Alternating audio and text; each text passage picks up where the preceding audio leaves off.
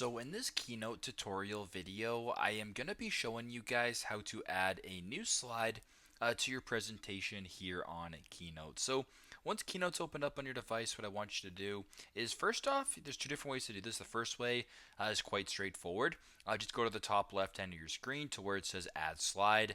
Simply press an add slide right here.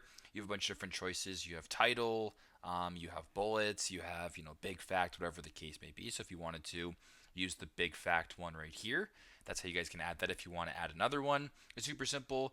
Press on the slide right here. I want you to press Control click or just right click it and go where it says new slide right here. Press on that, and then a new slide will also be created. So super simple, super straightforward, but that is how to add a new slide to your presentation here on Keynote. Thanks again for watching, and I hope this video helps.